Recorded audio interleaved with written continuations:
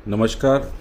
आज हम एक योग की बात करेंगे जिससे रिलेटेड आपके करियर में प्रॉब्लम्स आते हैं, ऑब्स्टेकल्स आते हैं या फ्रीक्वेंट चेंजेस आते हैं, आपको काम बदलने पड़ते हैं और उसकी रेमेडीज़ की भी बातें करेंगे।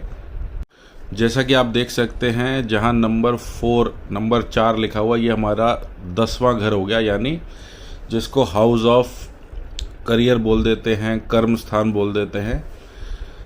इसका लॉर्ड अगर आपका 12th हाउस में चला जाए, जैसे कि देख सकते हैं आप, लॉर्ड्स जो हैं ब्लैक कलर में काले रंग में लिखे हुए हैं। अगर 10वें घर में आपका 1 या 8 नंबर लिखा है तो उसका लॉर्ड यानी मंगल हो गया। ऐसे ही 2 या 7 लिखा हुआ है तो उसका लॉर्ड शुक्र हो गया। तो यहाँ पे अगर देख सकते हैं आप 4 लिखा है, 4 यानी उसका लॉर्ड कर्क राशि का चंद्र हो गया। और चंद्र आप देख सकते हैं 12वें घर में बैठा है जहाँ 6 नंबर लिखा है। नंबर को आप 6 नंबर को भूल जाइए अभी, बट समझाने के लिए लिखा हुआ है कि जहाँ 6 लिखा हुआ है वो आपका 12वां घर हो गया, लग्न से एक घर पहले। तो यहाँ पे योग बन गया कि 10वें भाव का लॉर्ड आपका 12वें घर में बैठ गया है। तो ये क्या करेगा, आपके कर्म से रिलेटेड प्रॉब्लम्स देगा, क्योंकि 12वां घर हमारी प्रॉब्लम्स भी हैं, खर्च भी है। उतना अच्छा घर नहीं गिना गया है, लॉसेस का भी घर गिना गया है।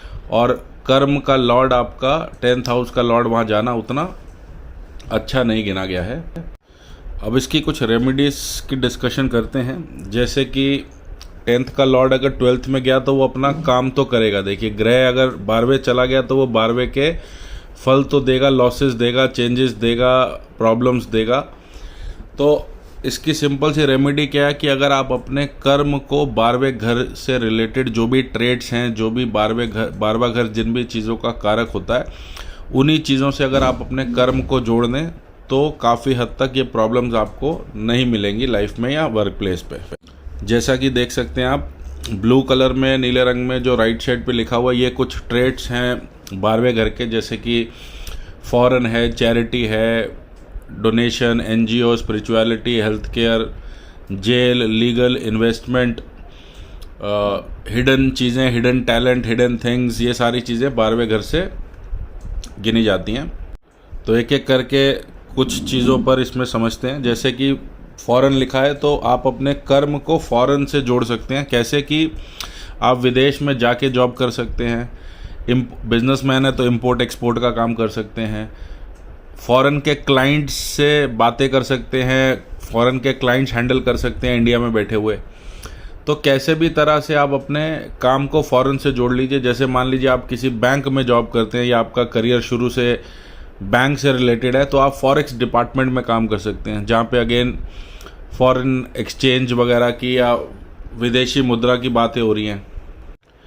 ऐसे ही 12वां घर चैरिटी है, डोनेशंस है, एनजीओ है। मान लीजिए आप किसी एनजीओ के अंदर जॉब कर रहे हैं। ऐसी 12वां घर स्पिरिचुअलिटी, आप किसी ऐसी ऑर्गेनाइजेशन में जॉब कर रहे हैं या ऐसी ऑर्गेनाइजेशन के साथ अपने बिजनेस में ऐसे प्रोडक्ट्स को बेच रहे हैं जो ऑर्गेनाइजेशन स्पिरिचुअलिटी वाली है। हेल्थ केयर भी हमारा 12th हाउस है। मान लीजिए आप हॉस्पिटल के अंदर काम कर रहे हैं या आपका बिजनेस ऐसा है कि आप हॉस्पिटल को कुछ चीज़ें बेचते हैं, आप डॉक्टर के साथ आपका रोज़ उठना बैठना है क्योंकि आपका बिजनेस उस तरीके का है। 12वां घर ऐसे ही हमारा जेल का भी होता है, जेल यात्रा भी बोला जाता है। तो मान लीजिए जेल के अंदर ही आपकी जॉब है। ऐसे ही 12वां घर जो है इन्वेस्टमेंट, खर्चों का, लॉसेस का भी गिना गया है। तो मान लीजिए आपका कर्म ऐसा है या आपकी जॉब ऐसी, आप इन्वेस्टमेंट की सलाह देते हैं दूसरे बंदे को, इन्वेस्टमेंट से रिलेटेड आपका कुछ प्रोफाइल है, KRA है, जॉब है, बिजनेस है, तो भी आपको 12th हाउस आपका वहाँ पे बैलेंस हो जाता है। ऐसे ही 12th हाउस हमारा हिडन चीज़ों का भी है। तो कुछ ऐसा बिजनेस या ऐसा जॉब है जिसमें आपको काफ़ी हिडन वर्क करना पड़ता है। जैसे मान लीजिए स्पाई के, जासूसी वाले काम होते हैं, किसी के इस तरीके के बिजनेसेस होते हैं, तो वो भी वैसा भी बिजनेस यहाँ पे किया जा सकता है। आई होप आपको समझ आया कि आपका अगर 10th का लॉर्ड 12th में है तो उस योग को कैसे बैलेंस करना है, ताकि आपके कर्म से रिलेटेड आपको कम से कम प्रॉब्लम्स, ऑब्स्टेकल्स आएँ, या आपके कर्म में फ्रीक्वेंट चेंजेस को आपको कैसे रोकना है।